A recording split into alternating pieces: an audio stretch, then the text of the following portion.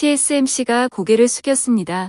삼성을 따라잡기 위해 부랴부랴 뛰어든 3나노 공정이 사실상 실패했다고 인정했는데요. TSMC의 성장 동력이 한풀 꺾인 가운데 삼성이 완전한 시장 탈환을 위해 반격을 시작했습니다. 국제 제재를 역이용하고 소부장을 국산화하며 중국과 대만의 몸쪽 깊숙이 들어가는 묵직한 훅을 계속해서 날리고 있습니다.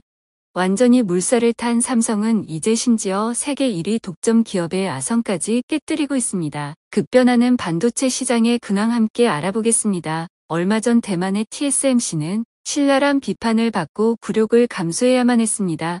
삼성의 뒤를 따라 만든 3나노 공정 반도체가 사실상 별 효용이 없는 무늬만 3나노였음이 밝혀졌기 때문입니다. 반도체 전문 매체 위키칩은 TSMC가 국제전자소자학회 IDM이 공의에서 발표한 내용을 인용해서 3나노 기반 SRAM은 이전 제품 대비 공정 미세화에 진전이 없다고 보도했습니다. TSMC의 3나노 1세대 N3 공정에서 생산된 SRAM은 반도체 셀 면적이 5나노 기반 칩 대비 불과 5%밖에 차이가 나지 않았습니다. 3나노 2세대 N3 제품과 비교하면 아예 면적이 동일합니다. 위키칩은 255제곱밀리미터의 다이 크기에서 SRAM이 17.6% 면적을 차지하는 칩을 3나노와 5나노로 각각 제작했을 때를 가정해서 SRAM의 비중을 비교했습니다. 3나노 공정을 적용하면 다이 크기를 44제곱밀리미터로 SRAM은 거의 30%를 차지했습니다. 5나노로 만들었을 때 SRAM의 비중은 22.5%로 3나노로 만들었을 때가 오히려 더 높습니다. 결국 SRAM의 면적을 줄이고 비용을 절약하는 데에 TSMC의 3나노가 유리하지 않다는 게 위키칩의 결론입니다. TSMC도 이 문제점을 파악하고 SRAM의 면적을 획기적으로 줄일 수 있는 진보된 N3S 공정을 개발하고 있습니다. 다만 N3S 칩은 2024년에야 생산될 전망이라서 당분간 TSMC의 3나노 공정은 5나노 대비 경쟁력이 없을 것으로 보입니다. 가뜩이나 TSMC는 수율 문제로 3나노 공정 양산에 어려움을 겪고 있었습니다. 당초 9월에 생산을 시작할 계획이었지만 수율 개선을 위해 4분기 말로 미뤄졌었죠. 여기에 엎친 데 덮친 격으로 미세화 논란까지 겹치며 TSMC의 악재가 되고 있습니다. TSMC가 경쟁력을 잃는 사이 삼성은 이미 세계 최초로 3나노 공정 양산에 성공하고 여러 고객사로부터 러브콜을 받고 있습니다. 삼성전자 파운드리 사업부는 벌써 엔비디아와 퀄컴, IBM, 바이두 등을 3나노 고객으로 확보했습니다. 이러한 실적을 바탕으로 지난달 싱가포르에서 기관 투자자를 대상으로 열린 인베스터스 포럼 2022에서는 파운드리 고객 수를 2027년까지 5.5배 이상 늘리겠다는 자신감을 내비쳤습니다. 이런 자신감의 배경은 비단 대만 TSMC의 실패뿐만이 아닙니다. 중국 반도체 역시 상당히 혹독한 겨울을 보내고 있기 때문입니다. 미국의 공격적인 제재가 효과를 보고 있는 것인데요. 중국 세관 해관총서에 따르면 중국은 지난달 약 13억 달러, 한화에 약 1조 6천억 원어치의 반도체 장비를 사들였습니다. 이는 작년 11월보다 무려 36.5% 줄어든 것으로 2020년 5월 이후 최저치입니다. 미국의 강도 높은 제재 정책으로 14나노 이상의 시스템 반도체, 18나노 이상급의 D램, 128단 이상 낸드 플래시의 생산에 필요한 반도체 장비를 중국에 수출하려면 이제 미국 정부의 허가를 받아야 합니다. 이와 함께 특정 사양 이상의 반도체 수출도 제한했죠. 이에 따라 미국산 반도체 장비의 11월 중국 수출은 전년 동기 대비 절반 수준인 3억 5천만 달러에 그쳤습니다. 일본 장비는 40% 감소한 6억 9천만 달러, 한국 장비는 50% 줄어든 2억 3천만 달러 집계됐습니다.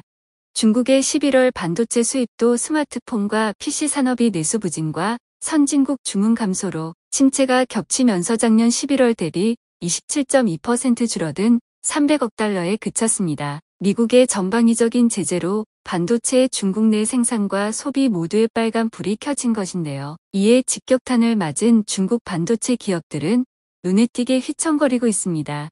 올 들어 중국 반도체 기업 오너 100인의 총자산이 3할 가까이 줄어든 것으로 나타났습니다. 21일 홍콩 사우스 차이나 모닝 포스트는 중국 반도체 시장 조사업체 이즈웨이닷컴의 자료를 인용해 매출 기준으로 상위 100개 반도체 기업 사업주의 올해 총자산이 지난해와 비교해 무려 28% 줄었다고 보도했습니다. 개인 순자산이 100억 위안을 넘는 중국 반도체 기업 사업주의 숫자도 지난해 22명에서 올해 17명으로 줄어들었죠. 미국의 제재는 생각보다 큰 효과를 발휘하면서 중국의 목을 옥죄고 있는 것입니다. 하지만 그 반동도 가볍지가 않습니다.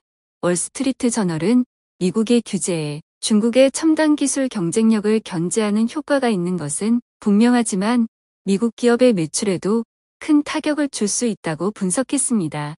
규제 전까지 중국은 미국 내 기업들한테도 거대한 시장이었습니다. 어플라이드 머티리얼즈, 랩리서치, KLA 등 미국 반도체 장비 기업들은 지난해 중국에 145억 달러 규모의 장비를 수출했던 바가 있었는데요. 규제 이후 이들도 상당한 피해를 받았습니다. 어플라이드 머티리얼즈는 2023 회계연도에 매출 25억 달러가 줄어들 것으로 내다봤습니다. 랩리서치는 규제 발표 직후 내년 매출이 20에서 25억 달러 정도 감소할 것으로 예상했습니다. KLA도 12월로 끝나는 현 분기에만 매출이 1억 달러 감소할 것이라고 밝혔습니다. 비단 미국 기업뿐만이 아닙니다.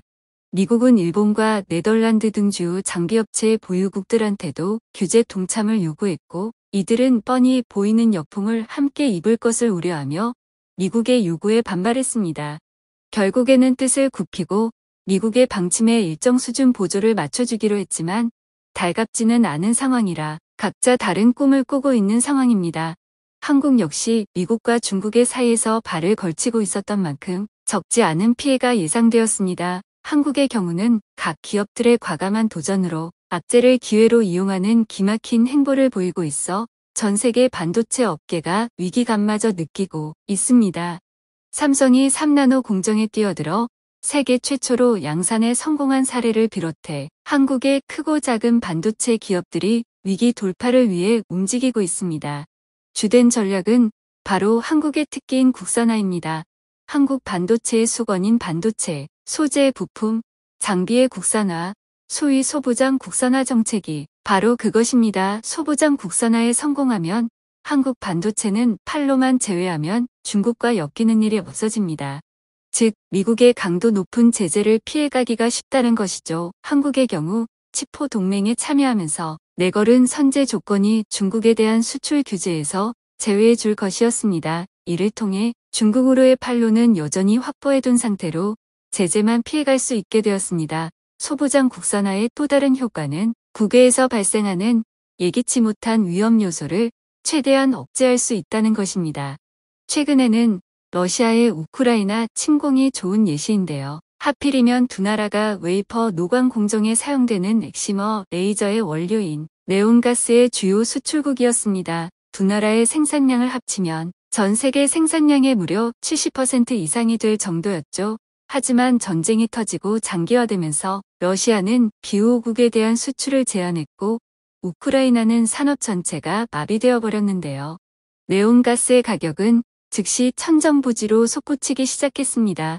6월쯤에는 그 수준이 극에 달해 전년 동기 대비 무려 55배나 비싸져 버렸습니다. 한국은 이런 추세에 발맞춰서 네온가스의 국산화에 나섰고 성공했습니다. 그간 국산화할 수 있는 기술은 있었지만 크게 주목받지 못했는데 국외에서의 리스크로 수요가 생기자 빠르게 생산성을 갖추고 발주처를 국내로 전환한 것입니다. 이를 통해 6월 톤당 290만 9천 달러에 달했던 네온가스 가격은 빠르게 안정화되기 시작했는데요. 국산화에 성공한 10월 9월 대비 무려 69%나 하락한 77만 6,600달러까지 가격을 억누르는 데 성공했습니다. 국산화의 효과를 톡톡히 본 반도체 업계는 소부장 중 가장 허들이 높은 장비의 국산화에 도전합니다. 반도체 장비는 단 몇 군데의 유니콘 기업이 독점하고 있는 경우가 많기 때문에 기술력은 물론이고 경제성을 손에 넣기가 쉬운 일이 아닌데요. 삼성과 SK 등 국내 반도체 산업을 이끌고 있는 기업들이 국내 중소규모 소부장 기업들과 손을 잡고 독점 시장에 도전하겠다는 포부를 밝혔던 것입니다. 삼성은 현재 네덜란드의 ASML이 독점하고 있는 극자외선 노광 장비 UV의 국산화에 뛰어든 상태입니다. 노광 장비는 반도체 웨이퍼에 빛을 쏴서 회로를 새기는 반도체 공정에서 가장 중요하다고 해도 과언이 아닌 장비인데요. 이 노광 장비 중에서도 극자외선을 쏴서 3나노급 초정밀 가공이 가능한 EUV 기술은 ASML이 사실상 시장 전부를 독점하고 있는 상황입니다.